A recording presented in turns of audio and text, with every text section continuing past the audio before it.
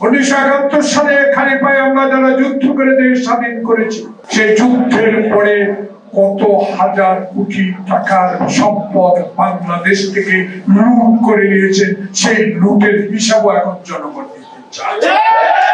আমরা মনে করে দিব 16 বছরে যে অত্যাচার অবিচার আপনি হাসিনার মধ্য দিয়ে, হাসিনার অধীনে যে সরকার চলেছে তাদেরকে দিয়ে বাংলাদেশের মানুষকে কত কষ্ট আপনি দিয়েছেন।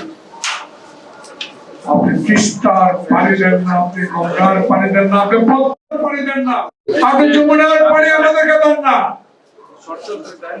এখন আপনি করিডোর বন্ধ করে দিচ্ছেন।